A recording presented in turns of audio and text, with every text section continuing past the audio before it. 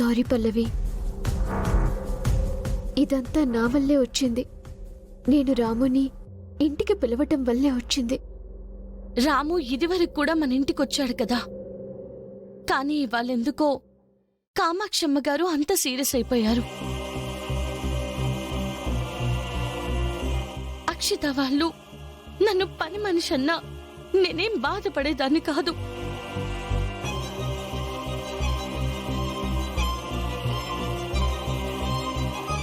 అభిమానించే ఆవిడ కూడా ఆ మాట అనేసరికి నాకు చాలా బాధేసింది.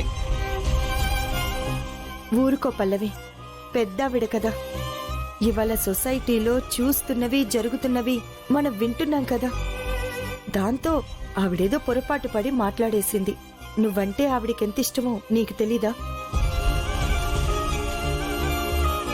అసలు ఉన్నవాళ్లు లేనివాళ్లు అనే తేడా కామాక్షి ఎవరి విషయంలో చూపించదు. అలా మాట్లాడదు కూడా. కానీ ఇవాళ సడన్ గా అలా రాము గురించి మాట్లాడింది అంటే, నీ మీద కూడా అంత సీరియస్ అయ్యింది అంటే, సడన్ గా ఆవిడలో ఎందుకు అంత మార్పు వచ్చిందో నాకు అర్థం కావడం లేదు. ఎవరైనా ఆవిడ మనసుని పాడు చేశారా? ఎవరో నాకు తెలుసు. ఆ వైష్ణవి పిన్ని వాళ్లే అలా చెప్పుంటారు.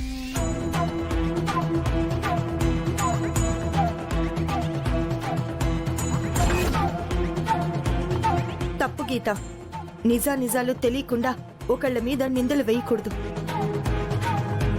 పల్లవి, అత్తయ్య గారితో నేను మాట్లాడతాను కదా, నువ్వు బాధపడకు, సరేనా? సరే అమ్మా.